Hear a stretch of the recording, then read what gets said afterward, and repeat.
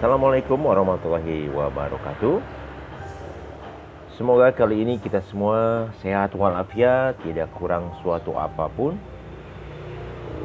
selalu dilindungi Allah Subhanahu wa taala dalam menghadapi segala situasi yang tidak menentu seperti sekarang ini. Anak-anak, tugas kita, ada tugas kalian adalah belajar. Tetaplah belajar, fokus pada materi pembelajaran supaya tetap menjadi lebih baik dari sebelumnya. Nah, anak-anak, pada pertemuan kali ini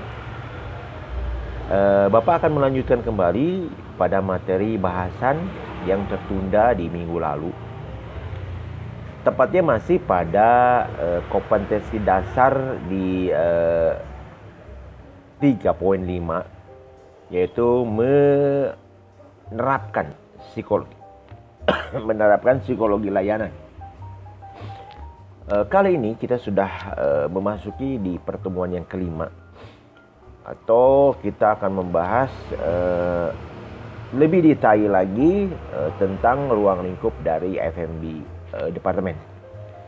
Kalau kemarin kita sudah berbicara tentang bagian-bagian dari FMB departemen, di mana ada bagian kitchen, ada bagian resto dan lain sebagainya.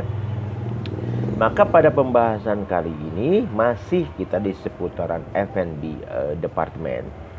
Kita akan membahas tentang jenis-jenis pelayanan yang ada di sebuah restoran. Bagaimana detailnya, bagaimana penjelasannya tentang jenis-jenis pelayanan tersebut, kita akan sama-sama saksikan di slide berikutnya.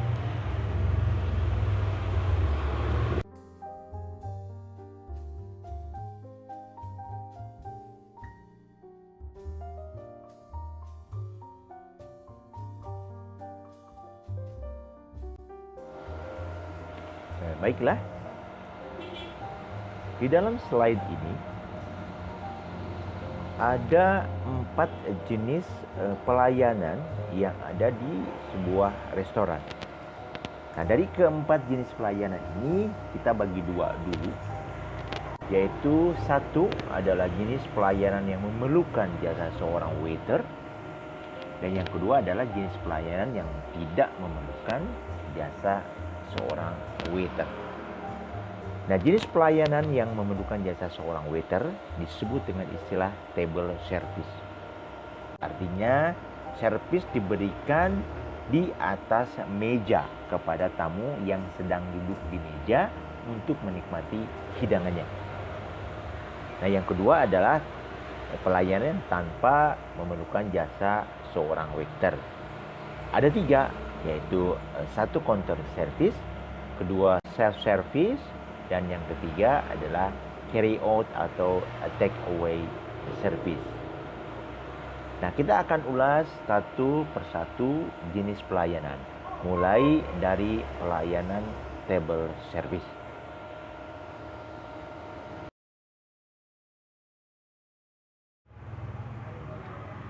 Jenis pelayanan table service yang pertama adalah English service, atau sering juga dikenal dengan istilah family service, di mana style atau pelayan ini berbentuk seperti keluarga. Ya, keluarga, satu meja dikelilingi oleh semua anggota keluarga, kemudian para tamu atau yang biasanya masih anggota keluarga duduk mengelilingi meja tersebut sambil bisa mencicipi hidangan yang ada atau yang disajikan di tengah-tengah meja tersebut. Nah, pada pelayanan English service ini biasanya ada satu orang yang dituakan, atau ada satu orang yang menjadi host, yang biasanya menjadi pembagi dari menu utama untuk dibagikan kepada para tamu atau anggota keluarga yang ada duduk bersama-sama di meja tersebut. Nah, dalam pelayanan ini memerlukan jasa seorang waiter. Cuma waiter biasanya hanya bertugas untuk mengantarkan makanan yang sudah disiapkan atau sudah diiris oleh seorang host tersebut untuk dibagikan kepada anggota keluarga tersebut. Ya, ini sifatnya seperti keluarga. Mungkin kalau kita lihat di kehidupan kita sehari-hari, English service ini lebih dekat dengan teknik pelayanan yang ada di keluarga kita. Ya, di mana orang tua kita sering menjadi host yang membagikan makanan kepada anggota keluarganya. Paham ya? Oke, kita lihat di jenis pelayanan table service yang kedua.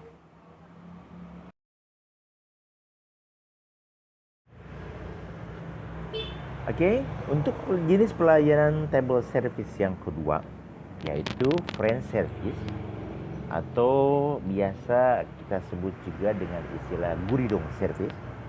Kenapa disebut guridong service? Karena memang pelayanan ini akan mempergunakan satu troli olah atau satu meja khusus yang dinamakan guridong. Dan di mana meja tersebut sudah berisi tentang dengan perlengkapan masak, bahan-bahan masak yang disiapkan oleh seorang komis derang. Kemudian troli yang sudah penuh, sudah di-prepare tersebut akan dibawa ke hadapan tamu. Yang nanti semua makanannya akan diolah, dimasak depan tamu oleh seorang yang namanya chef derang.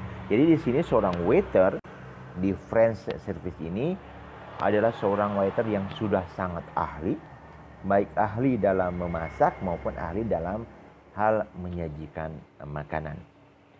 Nah, pelayanan French service ini adalah termasuk jenis pelayanan yang mewah.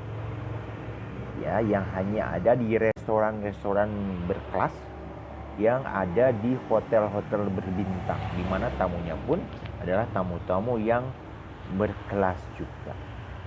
Nah, anak-anak, pada pelayanan French service ini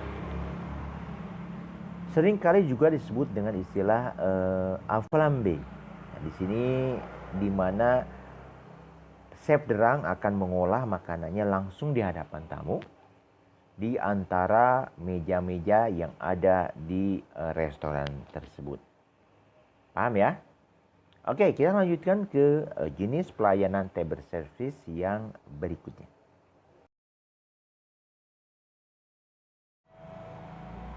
Nah, jenis pelayanan yang ketiga adalah American service atau biasa disebut juga dengan istilah flat service atau quick service. Nah, ini adalah jenis pelayanan yang paling populer, yang paling banyak dipergunakan di restoran-restoran yang ada di hotel maupun yang ada di luar hotel.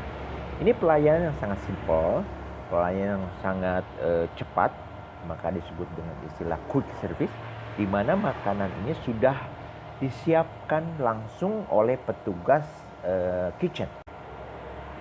Ya, jadi disebut juga dengan ready on plate. Kemudian setelah siap, makanan tersebut akan dibawa oleh seorang petugas pelayanan atau waiter ke hadapan tamu dan makanan tersebut akan diberikan kepada si pemesan. Pelayanannya sangat cepat, ya. Ini bukan termasuk jenis pelayanan yang mewah, ya, karena memang diadopsi oleh banyak restoran, baik itu restoran yang memang mahal atau restoran yang tidak mahal sekalipun. Berbeda dengan servis sebelumnya, French service itu adalah pelayanan yang hanya ada di restoran-restoran kelas mahal. Oke, anak-anak paham ya? Mari kita lihat dan kita lanjutkan ke jenis pelayanan yang berikutnya.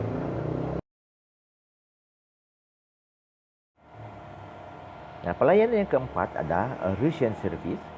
Ini termasuk jenis pelayanan yang mewah, yang mahal, yang complicated. Ya, paling complicated di antara jenis pelayanan table service yang lain. Kenapa disebut rumit atau complicated?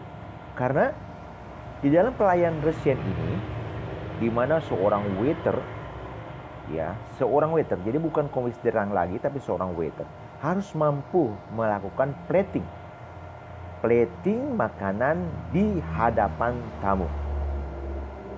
Ya, makanan-makanan yang akan dihidangkan kepada tamu biasanya diletakkan di sebuah platter.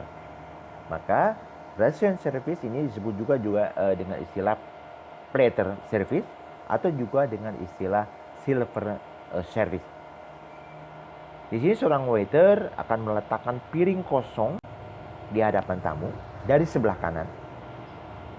Kemudian sang waiter akan membawakan satu set makanan ke hadapan tamu dari sebelah kiri. Kemudian akan menanyakan dan memperlihatkan jenis hidangan apa yang akan disuguhkan kepada tamu tersebut. Setelah tamu memutuskan untuk memilih satu pelengkap makanan, maka sang waiter akan melakukan plating di hadapan tamu tersebut, baik itu garnisnya maupun tata letak makanannya. Harus dibuat sedemikian cantik dan menarik. Berbeda ya dengan jenis pelayanan pelanggan yang lain. Oke anak-anak, untuk table service sudah ada 4. Ya, silakan dipelajari karena masing-masing punya ciri khas dan masing-masing punya karakternya. Kalian sebagai seorang waiter harus mampu melakukan jenis pelayanan tipe apapun, baik American yang simple maupun tipe Russian yang complicated. Baik, mari kita lakukan pengamatan jenis pelayanan yang lain, yaitu yang tidak memerlukan jasa seorang waiter.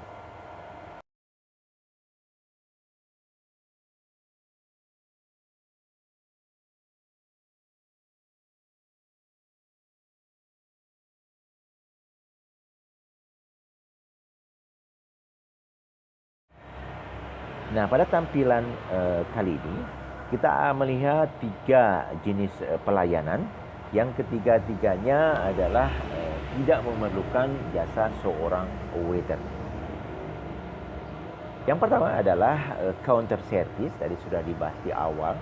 Jadi antara tamu dengan pelayan itu langsung berhadap-hadapan.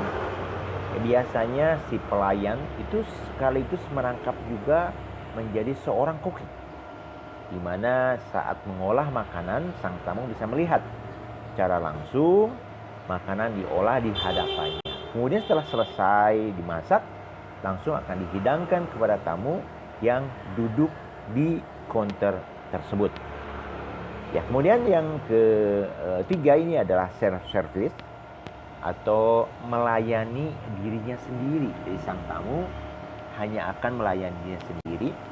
Kalau di sini tamunya harus bangun mengambil makanan sendiri. Kalau di table service, tamu hanya duduk saja menunggu dilayani oleh tamu. Nah, kemudian yang keempat adalah carry out atau take away, di mana sang tamu memesan makanan tapi hanya bisa dibawa pulang, tidak bisa dimakan di tempat. Nah, kebetulan carry out atau take away service ini adalah yang banyak diprioritaskan pada pelayanan di masa pandemi ini. Anak-anak, itulah kira-kira pembahasan mengenai jenis pelayanan yang ada di berbagai restoran. Kita lihat satu pembahasan di slide kita berikutnya.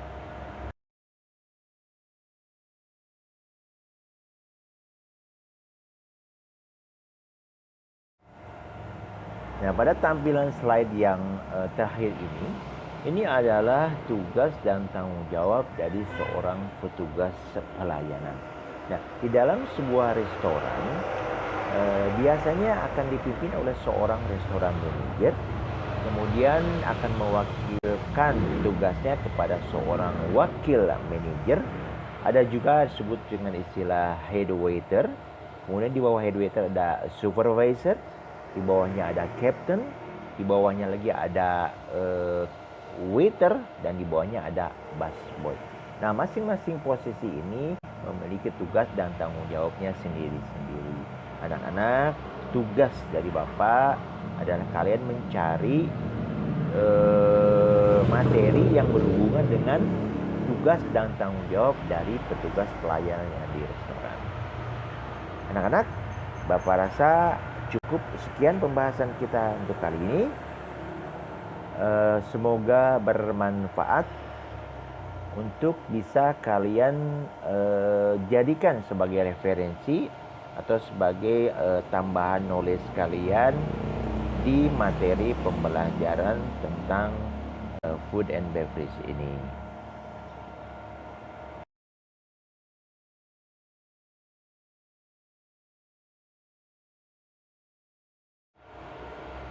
Akhirnya, sampai bertemu lagi di materi pembelajaran berikutnya. See you again. Semoga bermanfaat. Wabillahi taufiq wal hidayah. Wassalamualaikum warahmatullahi wabarakatuh.